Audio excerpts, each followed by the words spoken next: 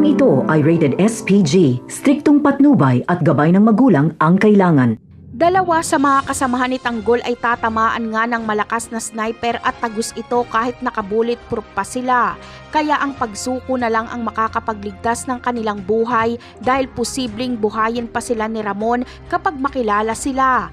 Pero magbabago ang isip ni Tanggol. Patuloy siyang lalaban kila Ramon hanggang sa makatakas sila kasama ang mga sugatang kasamahan.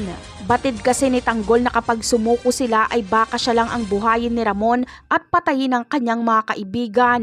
Alam kasi ni Tanggol na hindi binubuhay ng mga Montenegro ang mga traidor. Matatakasan nila Tanggol sila Ramon pero mababawi nila Ramon ang pera at mga droga. Samantala, agad na papabalikin ni Tanggol sila Enteng sa mansyon para pagdating doon nila Ramon ay nandoon sila para hindi ito maghinala. Lalabas na hindi umalis ng mansyon ang mga kaibigan ni Tanggol.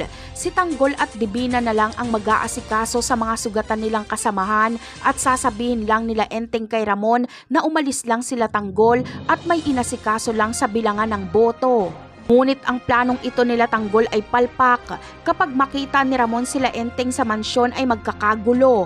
May hinala kasi si Ramon na ang mga kaibigan ni Tanggol ang kanilang nakasagupa. Nakita kasi ni Ramon ang maliit na pulis kaya maaalala niya ang kaibigan ni Tanggol na si Oweng.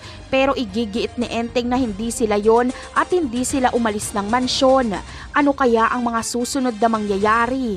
Yan ang aabangan natin sa mga susunod na episode. Paalam!